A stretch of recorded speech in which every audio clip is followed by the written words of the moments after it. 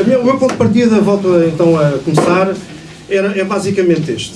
É uma pergunta difícil para todas as pessoas, e a começar por mim próprio, que é, numa sociedade plural, num Estado democrático, num Estado laico, qual deve ser a lei acertada? A lei em geral, seja sobre este assunto, seja sobre outros assuntos dilemáticos, se quiserem, onde se joga uma parte funda das convicções antropológicas, filosóficas, religiosas, culturais, da pluralidade de sensibilidades que existe num país. Este é o meu ponto de partida. E ao longo do tempo, ao longo dos últimos anos, este debate foi sendo feito, tem vindo a ser feito em Portugal, ou seja, e desde logo até para cristãos, como eu, enfim, procuro ser. Qual deve ser a nossa intervenção e que lei devemos ou podemos aceitar, patrocinar, propor, rejeitar. Eu acho que este debate é um debate que facilmente resvala para duas acusações. A primeira acusação é de que a resposta que se dá é a resposta do relativismo. Sociedade plural vale tudo.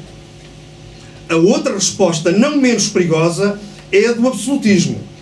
Sociedade plural vale um ponto, que é aquele, um ponto, um código, um princípio, uma ética, que é aquela que em algum momento tem capacidade para se afirmar como ética, ou como princípio, ou como regra, digamos, válida para a sociedade. O meu ponto de vista não é nem um nem outro. O meu ponto de vista é que lei numa sociedade democrática, num Estado laico, numa sociedade felizmente pluralista, deve ser baseada num princípio de tolerância e numa capacidade de regulação concreta do exercício dessa possibilidade.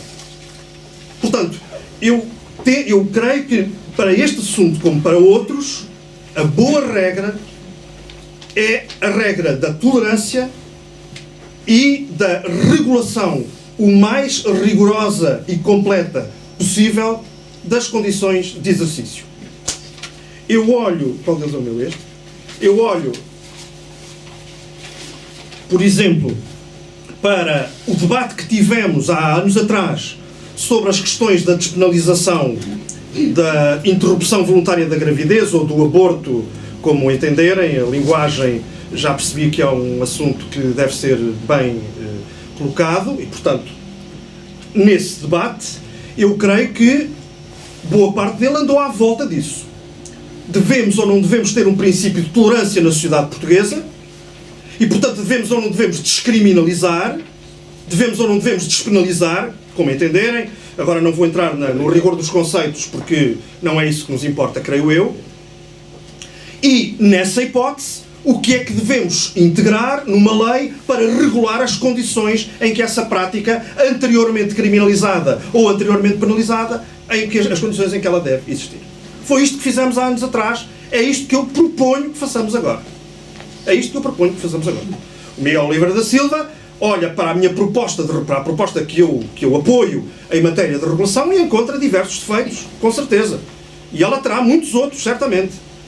O que me parece é que o ponto de partida deve ser um ponto de partida a montante, que é o de saber se efetivamente deve manter-se ou não se deve manter a atual regra que consta do Código Penal e que é aquela segundo a qual um profissional de saúde, ou quem quer que seja, a quem seja pedido por uma pessoa numa situação de doença fatal e irreversível e que lhe causa um sofrimento insuportável e definitivo, se esse profissional de saúde lhe responder que sim, é, de acordo com o Código Penal, punido com uma pena de prisão que vai até 3 anos. E a pergunta que eu faço nesta altura, enfim, que eu me tenho vindo a fazer, é se essa regra deve permanecer ou não deve permanecer. Portanto, esta é uma pergunta de princípio. E depois há todo um conjunto de procedimentos, de regras, de exigências para, na hipótese de prevalecer a descriminalização ou a despenalização, nessa hipótese, quais são as condições de exercício.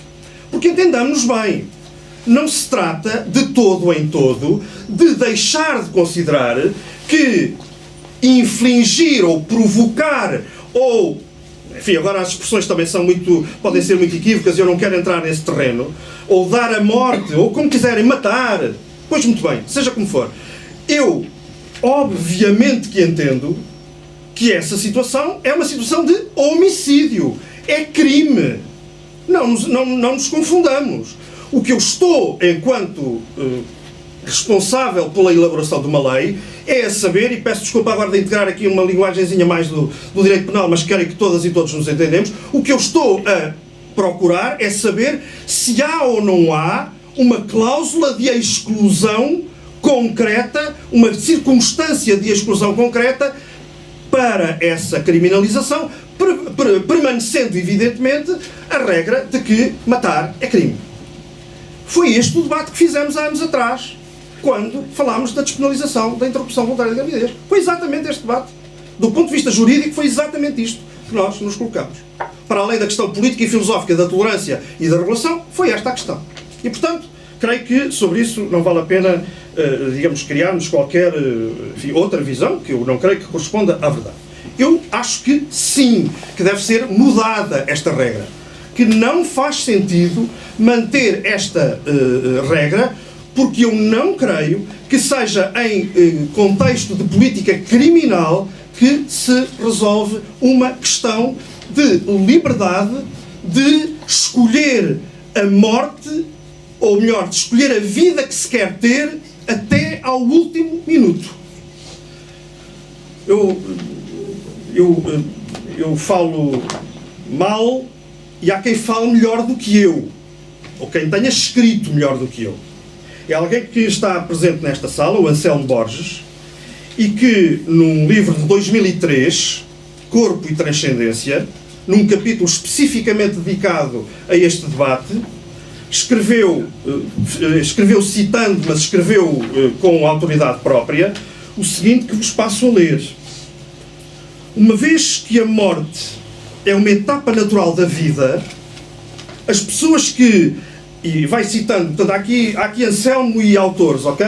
Mas, portanto, uma vez que a morte é uma etapa natural da vida, as pessoas que, ameaçadas pela evolução de uma doença mortal ou de uma senilidade que se anuncia, optam pela eutanásia ou o suicídio assistido, e agora já não está citado, não escolhem a morte contra a vida, mas apenas entre dois modos de morrer. E eu acho isto muito avisado, devo dizer. É exatamente assim que eu vejo esta escolha difícil. E, portanto, eu não... E há de ser que não aceito, mas, enfim, não quero cair nessas coisas. E, portanto, eu tenho muita dificuldade em aceitar que se coloque este debate, como às vezes acontece, que é o debate entre o respeito pela vida de um lado e depois vem-nos dizer e a solução mais fácil, que é aceitar a morte. Eu não acho que seja isto, não acho, e mais... E os tantos e tantos testemunhos que tenho ouvido ao longo destes vários meses, tantos meses, 2 anos já, de debate sobre esta questão em que tenho estado envolvido, nunca é isso que as pessoas nos colocam. Nunca. Os familiares, os amigos das pessoas que viveram uma morte em agonia, não é assim que nos colocam a questão. Como nos colocam a questão é justamente como o Anselmo a coloca neste pedaço de livro. É justamente ter a capacidade de escolher, ter a possibilidade de escolher qual é a vida que eu posso ter até ao último momento. E, portanto, se assim for, nós temos várias hipóteses. E eu queria dizer também já agora uma outra nota. É que, do meu ponto de vista, e certamente haverá acordo aqui entre, creio eu, entre todas e todos nós, é, obviamente, digno do absoluto respeito aquela pessoa que escolhe ter um fim de vida, assumindo até à última gota do seu sangue, se quiserem, um sofrimento indizível. Se essa escolha for a sua escolha, isso não pode senão ser absolutamente respeitado. O que não pode ser é fazer-se a apologia de um modo sofrido de morrer que violente aquilo que outra pessoa pensa sobre o fim da sua... quer para o fim da sua vida. E, portanto, é tão estimável, agora assumo eu a minha posição e sei que não há acordo entre nós, para mim é tão estimável, tão digno de respeito, aquele gesto de quem assume até ao fim o sofrimento atroz que o destrói, que dá cabo do seu corpo e da sua autoimagem, como é também digno de respeito, de um mesmíssimo respeito, aquela pessoa que escolhe ter uma abordagem paliativa para o fim da sua vida e que, portanto, aceita como bom, como digno, como expressão da visão que tem de si mesmo até ao fim, ser abordado numa lógica paliativa, quaisquer que sejam as consequências disso, é uma escolha. Essa escolha tem que ser só respeitada. E também acho que quem escolher livre e conscientemente antecipar a sua morte, para que até ao último dia possa ter um clima relacional e um clima existencial de acordo com os padrões de dignidade que se fixou para si próprio ao longo de toda a sua vida, isso deva ser objeto de respeito. Sucede, todavia, uma coisa, é que, de acordo com a lei portuguesa, isso hoje não é possível. E, portanto, há aqui um espaço que não está respeitado. E é por isso que eu me bato pela descriminalização. Isto dito, como vos disse, eu creio que deve prevalecer uma solução de despenalização e deve haver uma regulação rigorosa desta possibilidade. Para mim há 4 condições que justamente, agora não vou citar outra vez porque não quero fazer esse abuso, podia parecer truque e não quero que pareça truque, e muito menos quero que seja truque, que correspondem em grande medida ao enunciado de condições que o Anselmo Borges, neste mesmo capítulo, contém 3 páginas adiante do excerto que vos li. Mas, repito, palavra de honra que não me inspirei no Anselmo Borges para fazer esta previsão regulatória, coisa que só me teria feito bem, devo dizer, mas pronto, não foi. Do meu ponto de vista, há 4 condições, 4 exigências, 4 requisitos para uma regulação correta da possibilidade de antecipação da morte. Não tenho nenhum problema com este nome, não estou a cometer nenhum eufemismo, estou a falar de eutanásia e estou a falar de suicídio assistido.